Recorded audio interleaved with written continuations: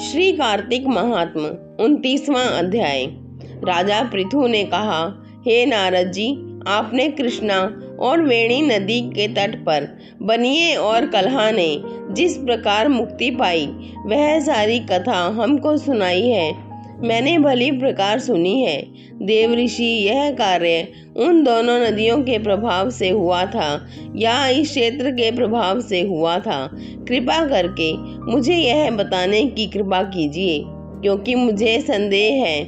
देव ऋषि नारद बोले, कृष्णा नदी साक्षात भगवान श्री कृष्णचंद्र जी महाराज का शरीर और वेणी नाम वाली नदी भगवान शंकर का शरीर है।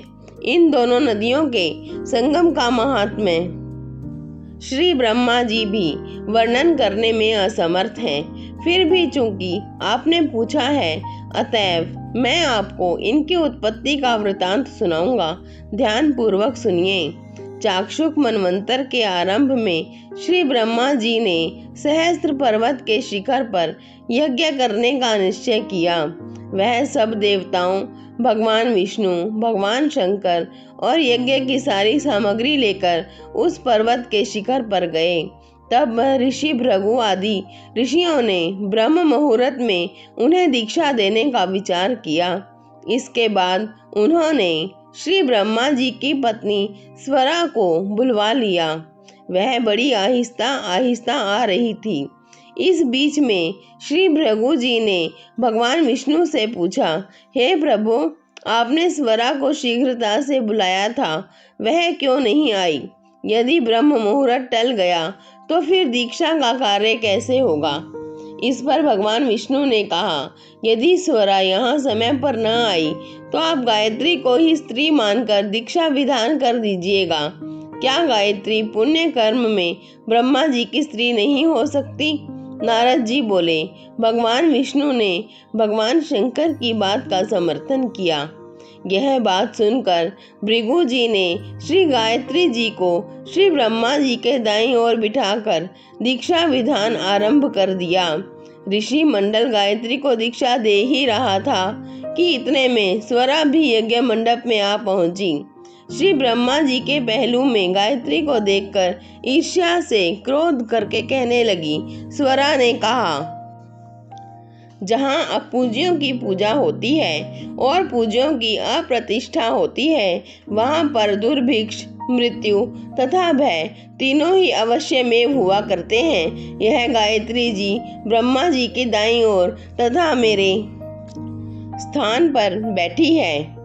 यह अदृश्य बहने वाली नदी होगी। आप लोगों ने अविचार से इसे जो मेरे स्थान पर बैठाया है, अतः आप भी सब के सब जड़ रूप नदियां होंगे। नारद जी ने महाराज पृथु से कहा, हे राजन, इस प्रकार स्वरा के श्राप को सुनकर गायत्री मारे क्रोध के लाल भभूका होकर अपने होंठ काटने लगी। देवताओं के मना करने पर भी उसने उठकर स्वरा को श्राप दे डाला। गायत्री ने कहा, ब्रह्मा जी जैसे तुम्हारे पति हैं वैसे ही मेरे भी पति हैं। तुमने व्यर्थ ही श्राप दिया है, अतएव तुम भी नदी हो जाओ। नारद जी ने कहा, तब तो देवताओं में खलबली सी मच गई। वह स्वरा को दंडवत प्रणाम करके कहने लगे, हे देवी, तुमने जो ब्रह्मा आदि सब देवताओं को शाप दिया है, यदि इससे हम सब जड़ रूप नदियां हो जाएंगी तो फिर निश्चय ही यह तीनों लोग नष्ट हो जाएंगे। क्योंकि यह शाप तुमने बिना विचारे दिया है, अतएव तुम इसको वापस ले लो। स्वरा ने कहा, हे देवतागण, चूंकि आपने यज्ञ के आरंभ में गणेश पूजन नहीं किया है, इसलिए यह विघ्न उपस्थित हो गया है। मेरा यह शाप कभी खाली नहीं जा सकता। इसलिए आप सब अपने अपने अंशों से जड़ीभूत होकर अवश्य मेव नदियां बनोगे। हम दोनों सोते भी अपने अपने अंशों से पश्चिम में बहने वाली नदियां बनेंगी। देव ऋषि नारद ने राजा पृथु से कहा, स्वरा के यह वचन सुनकर सभी देवता, विष्णु, शंकर आदि अपने अपने अंशों से नदियां बन गए।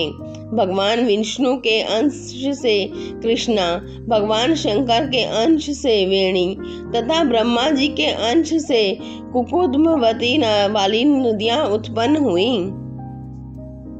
सभी देवताओं ने अपने अपने अंशों को जड़ बनाकर वहीं सहस्त्र पर्वत पर फेंक दिया। फिर उन लोगों के अंश अलग अलग नदियों के रूप में बहने लगे। देवताओं के अंशों से पूर्व वाहिनी तथा उनकी स्त्रियों के अंशों से सैकड़ों व हजारों की संख्या में पश्चिम वाहिनी नदियां उत्पन्न हो गईं। गायत्री और स्वरा दोनों पश्चिम नदियां होकर एक साथ बहने लगीं। दोनों का नाम सावित्री पड़ा। श्री ब्रह्मा जी ने उस यज्ञ स्थल पर भगवान विष्णु और भगवान शंकर की स्थापना की। दोनों देवता महाबल तथा अतिबल के नाम से विख्यात हुए। हे राजन, कृष्णा और वेणी नदी की उत्पत्ति का वर्णन जो मनुष्य सुनेगा उसको दर्शन व स्नान का फल प्राप्त होगा। 29वां अध्याय समाप्त।